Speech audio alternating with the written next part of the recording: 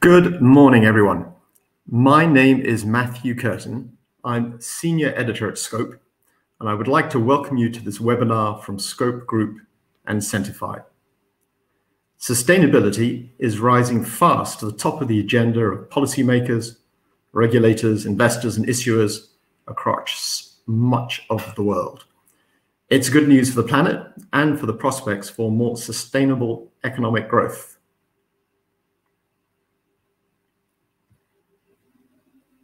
But it's also challenging for those who have to assess the risks and impacts of our economic activity in terms of the environment, society, and governance. The data are patchy, reporting standards are uneven, greenwashing is a big problem. So in this context, it's a great pleasure to have with me today two experts to talk about pioneering and complementary approaches to ESG assessment. Diane Monville is head of ESG at Scope. Scope is Europe's leading provider of financial and non-financial ratings. Marina Gauthier is chief executive of Scentify, whose ESG scores are based on AI-enhanced analysis of traditional and alternative sources of content to capture shifts in ESG performance. Diane and Marina will give short presentations of around 15 minutes each before taking questions. If you have questions during the webinar, please type them in the chat window on the right side of the screen. We will answer as many as we can right after the presentation. At the end of the webinar, you'll also get a very short questionnaire asking for your feedback. Please take a minute. You'll need no more than that to fill it in. Your input will be much appreciated. With that out of the way, let us get started. Over to you, Diane. Thank you, Mathieu, and welcome to all. I'm very happy to present this webinar with Marina from Scientifi. Indeed, while the needs for ESG data are very large, I think it is important to be able to find the best solutions and maybe the most complementary ones, because all ESG questions cannot be answered with only one score. So I think that Scentify, which positions itself as a coherent and complementary partner to Scope products, would be a great addition to what Scope is currently offering. Where Scope focuses on fundamental and macroeconomic risk and impact measures, Scentify uses artificial intelligence, providing an offering that, combined with our approaches, meets the diverse needs of investors and issuers. Let's start with what brings us together. First, a clear approach that separates risk and impact, the well-known double materiality that the European Commission is promoting. At Scope, we believe that it is important to distinguish between those two notions, which are often mixed together and which contribute to the confusion surrounding ESG scores. A company can be subject to high environmental risks while having a very low impact on the environment. This is what we call the double materiality, those two perspectives, financial risk on the one hand and corporate footprint on the other hand. We always want to clearly distinguish our approaches and be clear about the objective. Another key point of synergy between Scientifi and Scope is the innovative way to source the data.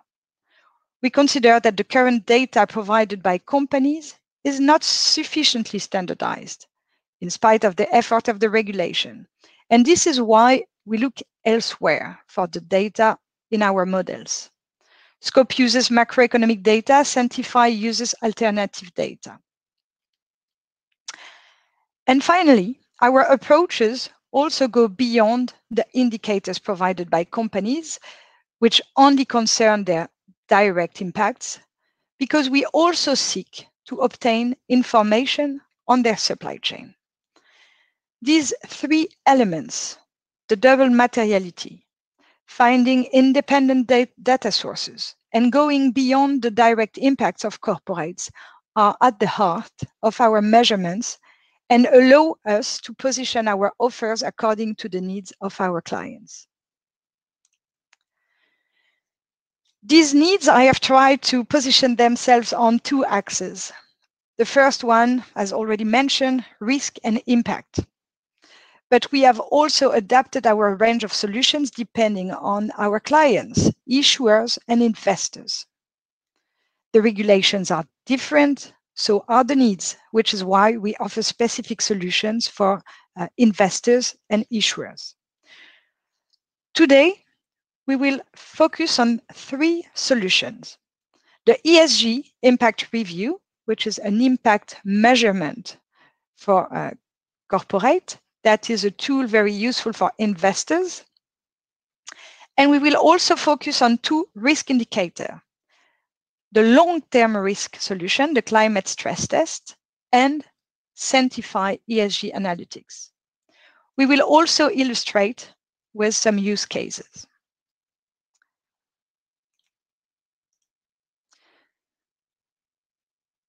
Without further ado, let's start with our footprint measure, the ESG impact review, which for those of you familiar with the SFDR covers the notion of principal adverse impact. Scope has developed an impact measurement tool. This measure is absolute, meaning that all companies use the same scale from 0 to 10, 10 being the most sustainable corporate. There are two very differentiating features in our approach. First one, this measure is macroeconomic. And second one, this measure is monetized. It means that our score has an underlying value, which is actually something new for an ESG score, because if it's very clear what is behind a credit score, I mean a probability of default, what is behind an ESG score? What does that mean to have a score of 0, 1, 10?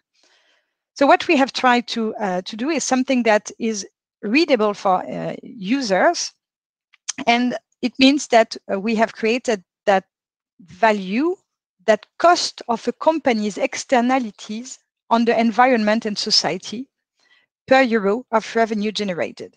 It may sound a bit complicated, but in simple terms, Scope adds up the damages caused by a company, compared it to its revenue, and by doing so, we have, for example, a company with a score of 6.8 means that for each euro of revenue generated, the company cost 15 cents on the environment and society. By doing so, all companies can therefore be compared. How do we do that? I've already mentioned that we work with a macroeconomic approach, and using a macroeconomic has two advantages. The first one is that it helps to capture the supply chain, since we know at the country level the interdependencies between countries and sector. In our approach, the supply chain, it's not another qualitative indicator, it is the scope of all our measures. We account for externalities within the company sites and in the supply chain. It makes things more comparable, and also it helps to capture the hidden worst externalities. Let's take Tesla. We know that for batteries, we need cobalt. We know that cobalt comes from Congo, and we also know that mining in Congo is exposed to child labor. This is obviously not what you can find in the reported data by the company. You need to go beyond the disclosed data. Same thing for a food processing company. The worst externalities come from the agriculture that is in the supply chain, not in the processing sector. We deeply believe that measuring impacts makes sense when including the supply chain. And that's why we provide Scope 3 indicators, not only for greenhouse gas, but also for water consumption or child labor. On that slide, you can see the differences by sectors, but we know that on average, 41% of a company's ESG impact lies within the supply chain. Another benefit from using the macroeconomic approach is the data source needed. Indeed, a company and its supply chain, once they have been transformed into a series of sector and countries with the macro approach, means that we can rely on country statistics and sector statistics to estimate our ESG indicators. The only data we need from the corporate is how it generates their revenues by type of industry and where are the production sites. This is all we need to make the macro proxy of the externalities. All other data is sourced with international institution and country statistics. This is the reason why we have a potentially unlimited coverage. We don't use the data self-disclosed by corporates. So those were the two advantages of using the macroeconomic approach. But as I have stated in the introduction, we also have made something different, which is that we have monetized the data. The consequence of monetizing externalities, which means we put a price on climate change, we put a price on airborne pollution, on child labor, on gender inequality, the consequence is obvious. We turn cubic meters of water, tons of CO2, and hours of child labor into costs for society, and all of which we can then add together. We are moving away from this technique of fixing the weight of E, S, and G. No weights are fixed. The materiality, which is what is important for a company, is induced by the reality of the company itself. Each company has a specific materiality. You can see here on that slide the aggregation of these costs, the results of our pricing and monetization effect exercise. And as you can see, the cost of greenhouse gas emission is indeed the highest cost if you compare on all our 11 indicators, because it costs 8 trillion a year, which is actually in line with the priorities of the European Action Plan and the Green Taxonomy, for example, which tackle the greenhouse gas emission first. So that's it for the theory. And now in practical terms, what can we see with our model? We have decided to illustrate our model with Tesla and Nestle.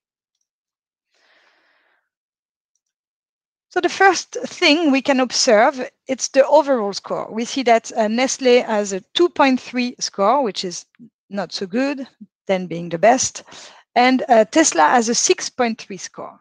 It means that Tesla and their supply chain have a lower cost of externalities per euro of revenue generated compared to Nestle.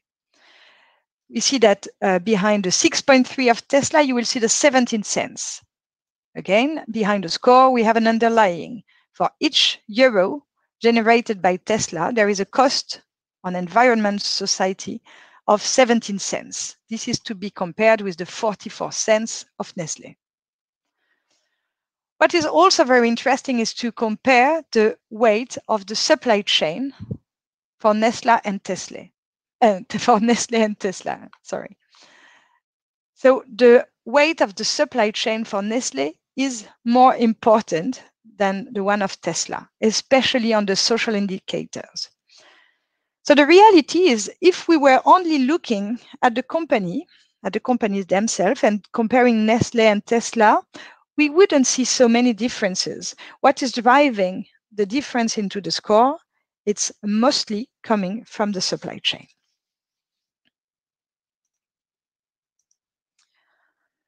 Since we have transformed all our externalities into cost, we can compare in one company what is the most important externality, but those costs can also be compared between corporates. So what we see here is that the main drivers for both Nestle and Tesla are indeed greenhouse gas emissions.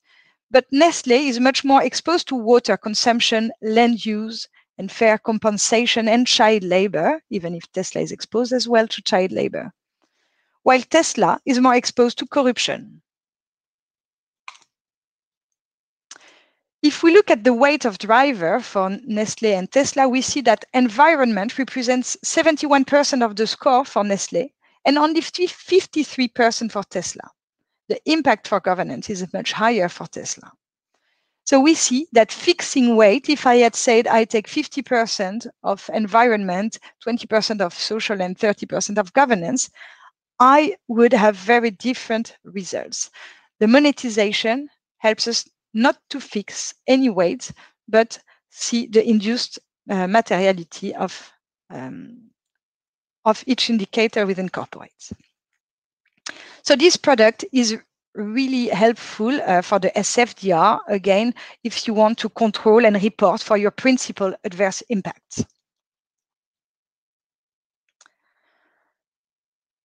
But the regulation does not mention only principal adverse impacts, but also refer to sustainability risks, the double materiality again. So let's start with a long-term risk and the climate stress test that we offer at Scope.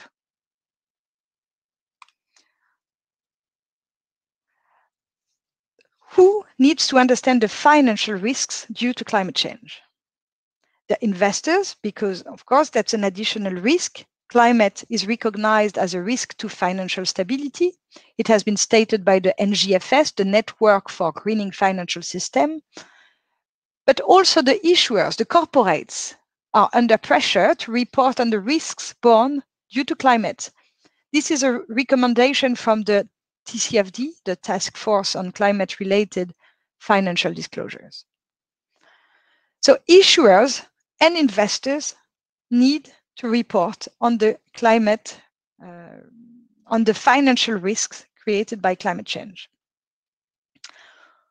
One way to measure those risks is to include forward-looking scenarios in your portfolio or in your activity to estimate the climate economic impacts that should be transformed into a climate financial materiality.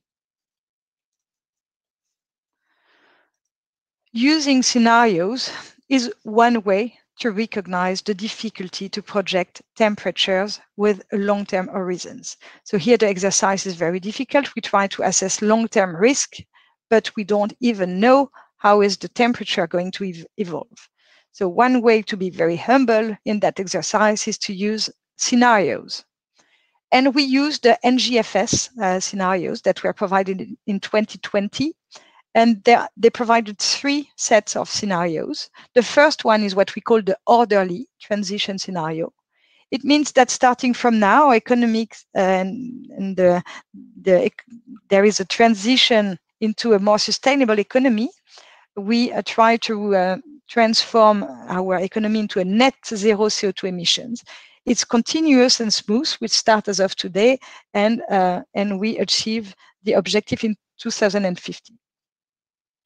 First scenario. Second scenario, there is a transition, but there is a transition that comes a bit late. And because it comes late, it is disruptive, sudden, and unanticipated. So no action first and a very aggressive action at a point.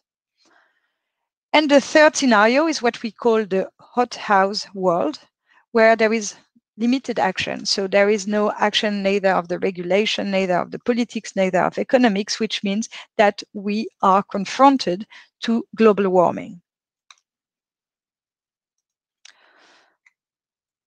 So what are the 2 consequences of climate risks? They can be detailed into 2 components, the physical risks and the transition risk.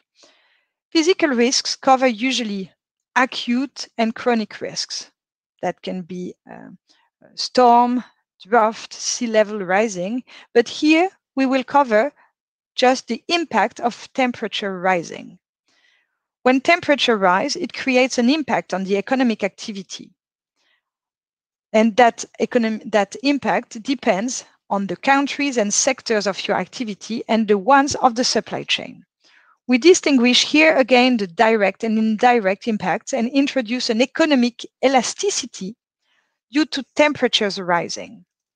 Transition risk covers the risk that the activity will not be prepared to a new environment that may have changed due to regulation, laws or the absence of regulation and laws. To model that transition risk, we use some hypotheses on the carbon price. Depending on that carbon price, some sectors and activities will suffer some abatement costs to their economic value added. They will suffer a loss of efficiency. We have illustrated here the physical risk on Nestle using the hothouse scenario, which is the worst scenario. And we see by 2050 an impact of 9% on their potential revenue. And we see also that it is mostly driven by the losses in the supply chain. For Tesla, we have tested the transition risk using disorderly transition scenario. Because it is disorderly managed, you can see that first there is no impact. And then we have that sudden and very strong acceleration on the impact. Here again, the supply chain drives most of the economic loss, 3.7% out of 4.2. Climate stress test is a risk indicator that can be applied in the short term, but that has, of course, a very high impact on the long term. This is a very fundamental risk, different to the risk indicators provided by Scientifi, but we again believe that they are complementary in the approach and also in the time horizon they cover.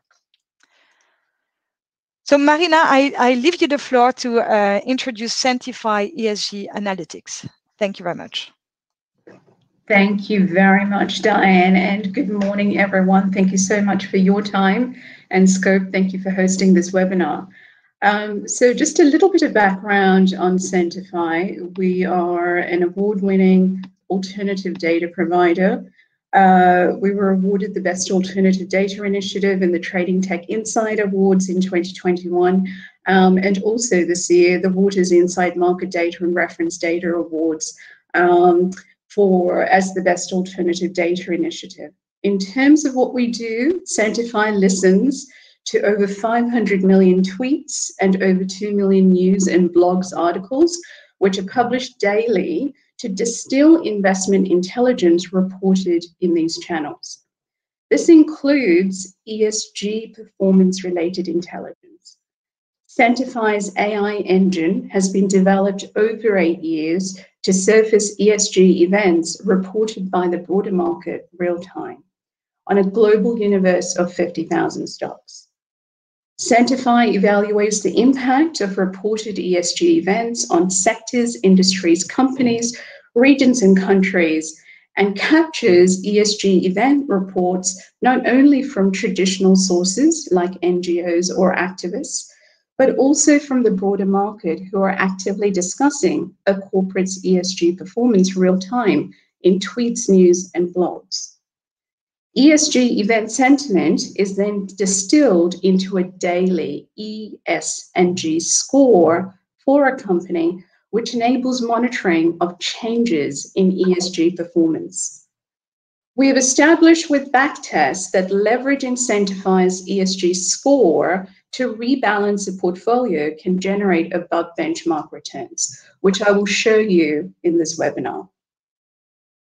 So as the volume of chatter has doubled in Twitter over the past 2 years alone, relying on corporate filings and sustainability reports and traditional ESG ratings, which have embedded time lags, can result often in an inaccurate view of ESG performance.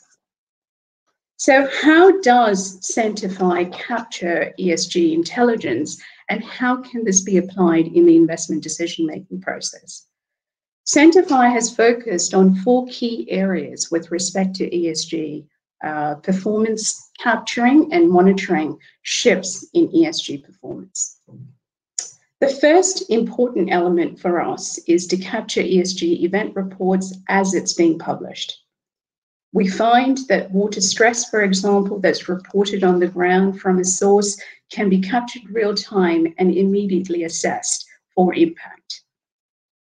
Materiality is not a static state, it's a dynamic state, and monitoring Twitter news and blogs provides a view on these changes. What we have noticed at Scientifi from real-time monitoring of Twitter news and blogs is that not all ESG events reported for a corporate have the potential to impact the stock price. And this really fluctuates depending on the macro events taking place at a given moment in time and the perception of risk associated with the ESG event. Our daily ESG score captures that dynamic state. The second area that Scentify focuses on with respect to application of the insights we're gathering is around screening sectors for ESG industry leaders and laggards, which I'll also show you in this webinar. The third area that we focus on is really capturing intelligence that can be delivered to assess portfolio risk, and in particular, assessing the constituents of a portfolio and the ESG event exposure from event reports in Twitter news and blogs. Finally, Scientifi's ESG scores have been applied to generate above benchmark returns, and I will explain how we've backtested this a little later. So if we look at the first element of monitoring the changing perception of E, S, and G events in Twitter news and blogs over the past 12 months, what does it show us? Essentially, over the last 12 months, over 12,314 companies had governance-related events reported in Twitter news and blogs. However, only 187 companies, or 1.5% of that universe, was perceived negatively as a result of these governance-related reports. This means that real-time monitoring of portfolio outliers are an essential part, or need to be an essential part of the investment decision-making process. Equally, 4,182 companies had societal events reported. 64 were perceived negatively as a result of these events. 4,153 companies had environmental events reported in Twitter news and blogs over the past 12 months, of which only 2 were perceived negatively. Monitoring ESG, the shifting perception of E, S, and G events in Twitter news and blogs provides a view on the dynamic changes with respect to materiality. If we take a sectoral view, it is no surprise that the energy sector has the lowest E score of -22 based on E events reported in Twitter news and blogs, whilst the tech sector has the highest E score of 58. ESG scores are calibrated on a -100 to +100 scale, with +100 indicating extreme ESG, extreme positive ESG performance. From a societal perspective, all sectors are perceived poorly, with real estate being the positive outlier with an S score of 1, and energy again being the most negative outlier with an S score of -76. This is reflective of the fact that 67% of the S event categories reported for the energy sector are perceived negatively by sources in Twitter news and blogs. From a governance perspective, all sectors are perceived negatively, with real estate and basic materials perceived to have stronger G-related performance than financial services, industrials, and the energy sector. So if we look at portfolio construction and screening stocks, screening companies in an index or sector based on ESG event reports and ESG performance assessed from Twitter news and blogs, what do we find? Traditional ESG analytics based on corporate filings and ESG ratings are often out of date by the time they're published. However, what you discover in Twitter news and blogs provides an unbiased view of a corporate's ESG performance appreciation or degradation. Equally, when ingesting ESG intelligence with machine learning models, there is no bias towards ESG controversies, sectors, or industries. Our ESG scores are automated and formulated in an automated fashion. So Sentifi's ESG score reflects the sentiment around a corporate's ESG events and the intensity of those discussions. Applying the ESG score to screen for stocks in an index like the S&P 500, for example, surfaces ESG performance leaders and laggards, and perceived ESG leaders and perceived laggards. Okay, so in this illustration, as I said, what you can see are the leaders and perceived leaders and laggards in the S&P 500 over the December 2020 to May 21 timeframe. Kellogg is perceived to be the overall leader, and Exxon as the index ESG laggard. As you can see, some of these laggards also have, to the right, A and B MSCI ESG ratings. So you can see an immediate discrepancy between ESG performance as it's perceived in Twitter news and blogs from a broad set of sources versus the ratings. And why is that? Well, essentially, as you can also see, perhaps not so clearly, that the ratings have largely been published in late 2020. However, the perception of the company's ESG performance has shifted since that time period, which of course is reflected in Scentify's ESG score. So if we use the E factor to look at leaders and laggards, Apple is listed or is surfaced as a leader, perceived leader, from an E perspective, and Johnson & Johnson has the lowest E score. From an S perspective, Costco is perceived as the leader, and General Motors perceived as the laggard in the S&P 500. From a G perspective, Pentair is perceived as the leader, and Wells Fargo as a perceived laggard from a G perspective.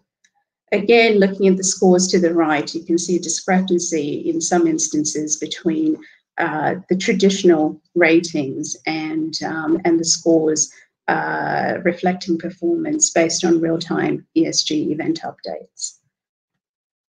If we now look at rebalancing a portfolio based on Scentify's ESG score, again here we found some very interesting results. So what we did was we looked at the Euro Stoxx 600, we selected 30 stocks based on the momentum around the company's ESG performance. In particular, we selected companies with a strong positive ESG score change and weighted it by the attention around the company's ESG performance. Essentially, this is a measure capturing momentum around ESG performance. We rebalanced the portfolio every 30 days, which really did produce some interesting results. The annualized return for Scentify's ESG performance momentum strategy was 9.88%, versus the benchmark of 3.25%. And the Sharpe ratio was also stronger for the Scentify portfolio versus the benchmark. What this demonstrates is that it is possible to raise a portfolio's ESG level and increase risk-adjusted performance at the same time. With Scentify's analytics, a portfolio can also be monitored once constructed.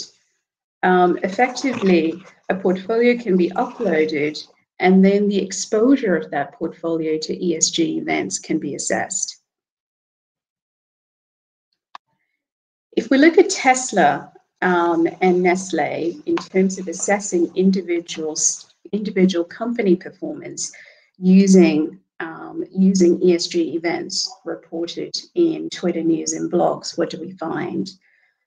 Essentially, in the case of Tesla, ESG performance has degraded over the past 12 months from an ESG score of -65 12 months ago to -75 1 month ago.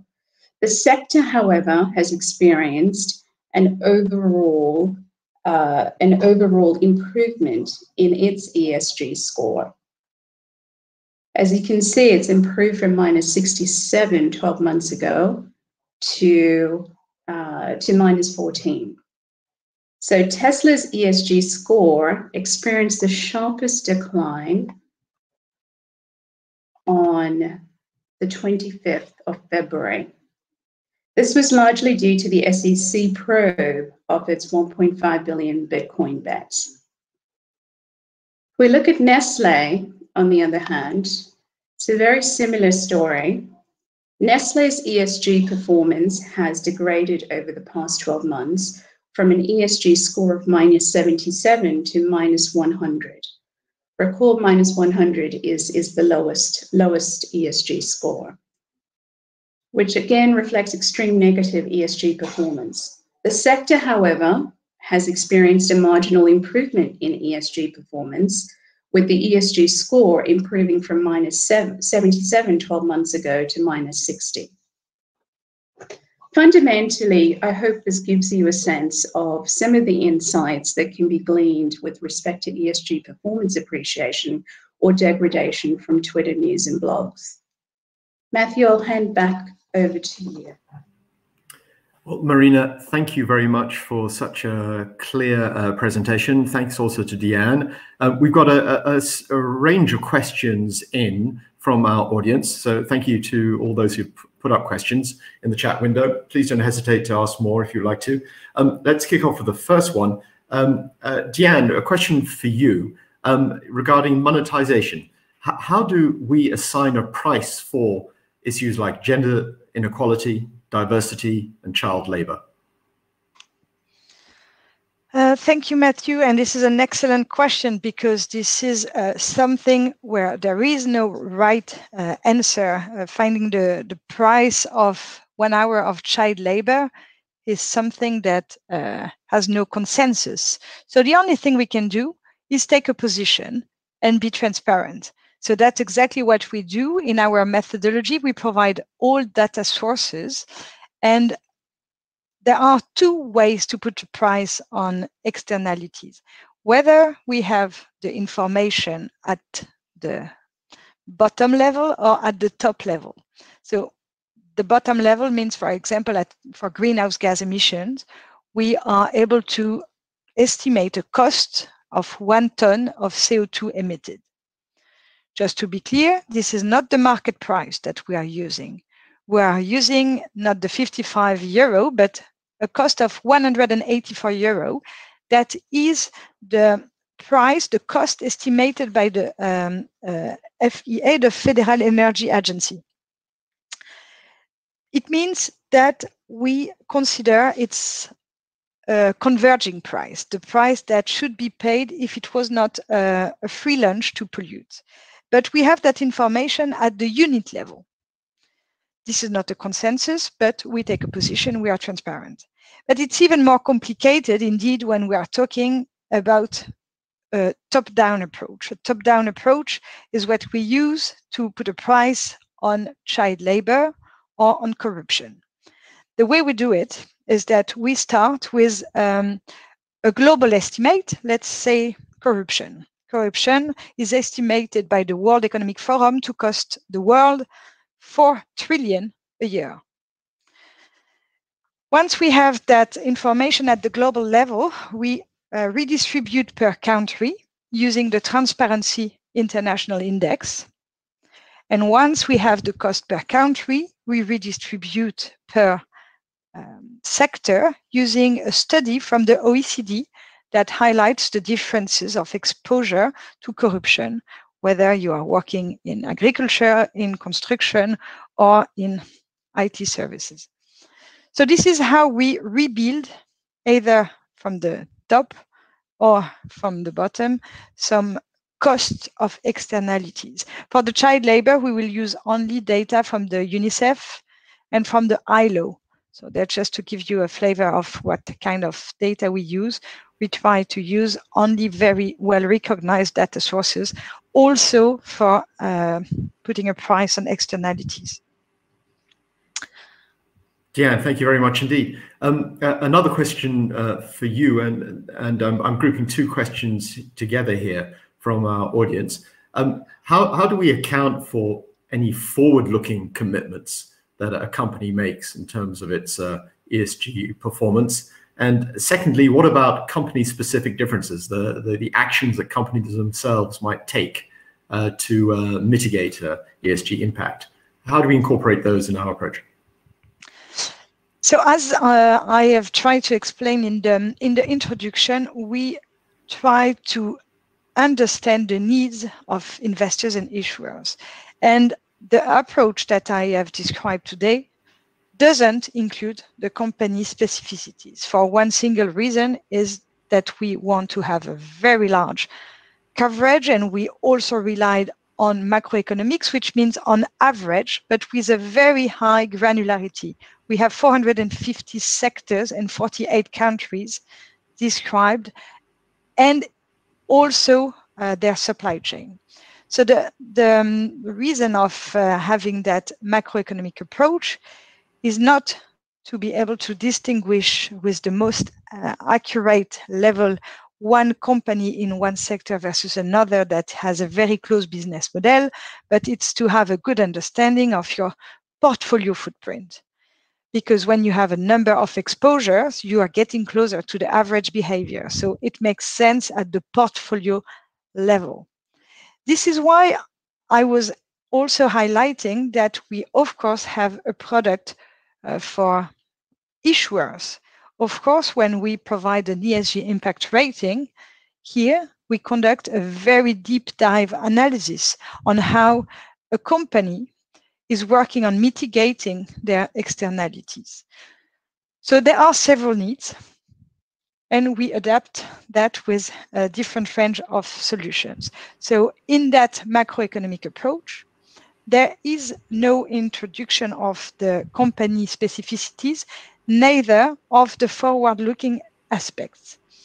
But we capture the supply chain, and we have a very large coverage. So again, this is adapted to a specific use. Thank you, Diane. A question for you, Marina. Somebody would like to know a little bit more about your ESG methodology. Mm-hmm. Sure. So essentially, Matthew, the way we evaluate ESG events is that we have looked across all of the standards like the UNPRI, the SASB, the CDP, and normalized an ESG taxonomy that we apply to source ESG static and dynamic events that are being discussed in Twitter news and blogs. When we source those events, we look at the entities that those events are reported against. And we make an evaluation of the sentiment around that particular ESG event in that piece of text. And this is, of course, all done by machine learning models. Once the sentiment is detected, our next phase is to really look at the stock or the company for whom the ESG event has been reported and the historical ESG performance of that particular company. So we're looking, for example, at the current E-related event that's been reported vis-a-vis all E events that have been reported for this company historically in deriving the E score for that company, an S score and a G score, of course, looking at societal and governance events that are reported for that company, and then formulating an overall ESG score. This ESG score is published on a daily basis, which means it offers a daily time series around ESG performance appreciation or degradation. Excellent. Marina, we've got another question for you here. Does your model only work for listed companies? And if not, how reliable is the data for non-listed companies? Great question. So we cover 45,000 listed companies and 5,000 unlisted companies. Our engine is, of course, scalable to add to the unlisted universe. You're right in saying that the liquidity of messages is thin for less liquid companies than it is for liquid companies. However, because our ESG score looks at the historical ESG events reported for a particular company, we are taking liquidity into account as we calculate that score. So what we tend to find is if an illiquid company has, let's say, a bribery event that's been reported for the very first time, we are capturing that and making sense of it just as we are for a listed company. Thank you, Marina. And perhaps there's a question for the two of you. One of our members of the audience asks, How does Scentify's change in ESG sentiment, how can that be connected to Scope's pricing of ESG impact? That's a great question. Diane, do you want to go first or shall I go first? No, sure, absolutely. I think that Scentify tools and ESG analytics could be a great addition, just exactly to answer the questions that was asked earlier, to introduce that forward-looking, because we would have information related to the mitigation actions that have been implemented. We could be able to introduce some company specificities. So combining both aspects could be a very great addition. The only thing that is that will be probably maybe a bit difficult, and of course that doesn't mean that we are not going to make it, but it's how to transform that sentiment analysis into a reduction of our underlying, which is a cost of externalities. So this is probably that the most difficult part in integrating Scentify into Scope's estimate. So that's why, should they be together or should they be two indicators? That's another question. Marina, I don't know if you have some other comments. So I think they're very, very complementary, because they are effectively looking at non-corporate disclosures, both Scope and Scentify's analytics looking at non-corporate disclosures of ESG performance. Drilling down further into that, of course, Scope captures, as Diane mentioned earlier, the cost of externalities. Scentify captures the ESG event or the externalities that are being reported and discussed in Twitter news and blogs. So as, for example, we're detecting water stress for certain sectors, we can then go one step further with Scope's data sets and estimate the cost of that water stress on those sectors. So I think they're very complementary products.